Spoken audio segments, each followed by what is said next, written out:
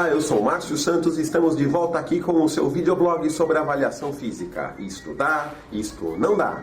Hoje vamos responder algumas perguntas sobre a análise de mobilidade articular. Como eu faria para realizar a medição de flexibilidade de uma forma rápida como eu preciso? Como eu faria para realizar a medição de mobilidade articular de uma forma confiável e reprodutível, como o meu departamento de avaliação precisa? Como eu faria para realizar essa medição em diferentes lugares e em diferentes situações onde eu tenha que transitar com o meu equipamento de avaliação? As respostas a essa pergunta nasceram mais ou menos na década de 60 com um cientista chamado Jack Layton. Jack Layton desenvolveu um processo de medição de mobilidade articular que se chamava fleximetria. A fleximetria é um processo de medição que utiliza um equipamento denominado flexímetro. E como um equipamento desse porte tão pequenino consegue resolver um problema tão grande que é a análise de mobilidade articular?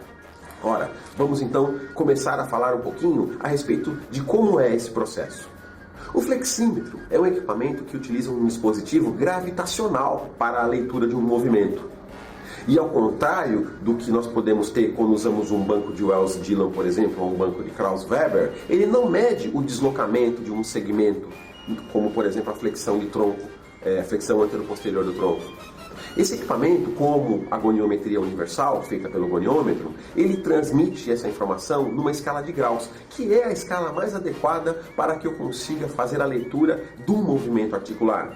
Já que a articulação, quando se move, ela descreve um ângulo nesse deslocamento. Agora, veja, como é que funciona em si?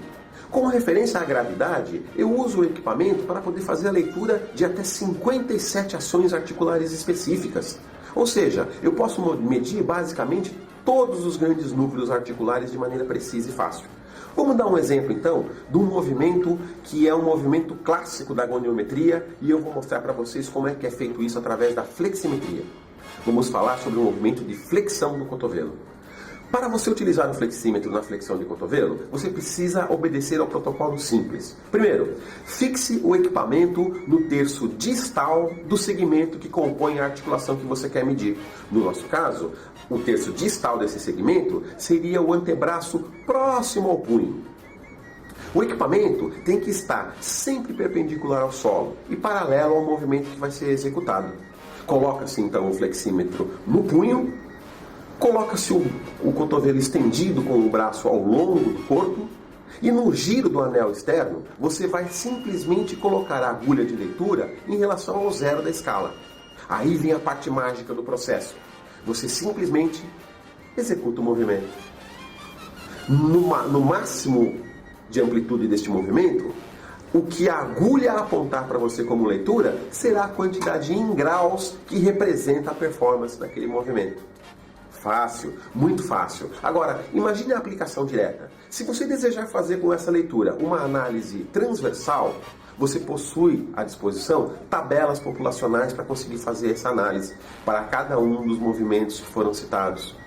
Se você quiser fazer uma análise longitudinal, excelente, porque você vai simplesmente comparar os dados anteriores do seu cliente com os dados atuais do seu cliente e obedecer e saber qual a performance de evolução dele no processo do treinamento de mobilidade. E uma outra coisa incrível, uma coisa que é realmente impressionante. Suponhamos que o seu cliente tenha machucado o cotovelo esquerdo e ele perdeu mobilidade durante o processo de recuperação desse segmento corporal. Até aí, é perceptível, ele sabe que ele está movimentando menos. Visualmente, talvez você perceba o quanto menos. Mas e quantitativamente? Agora, o que você pode fazer para descobrir isso? Partindo-se do pressuposto que o cotovelo direito seja saudável, você simplesmente vai fazer a medição do cotovelo direito, fazer a medição do cotovelo esquerdo. A diferença entre uma movimentação e outra é exatamente a grandeza de movimento perdida pelo segmento lesionado. Impressionante. As aplicações dos desdobramentos são ainda mais impressionantes. Como eu falei para vocês, esse é apenas um dos exemplos clássicos de demonstração da aplicação de fleximetria como análise de um movimento articular. Agora, lembrando a você, são 57 movimentos, contando-se os dois hemisférios corporais, que podem ser medidos. uma festa para os olhos, uma festa para os números e um acompanhamento preciso de evoluções em diferentes estados e condições do seu cliente. Em outras oportunidades, veremos outros movimentos sendo executados e medidos pela fleximetria. O importante é que nós saibamos que de maneira rápida, precisa e sem controvérsia, você pode saber com exatidão qual é a performance articular do seu cliente.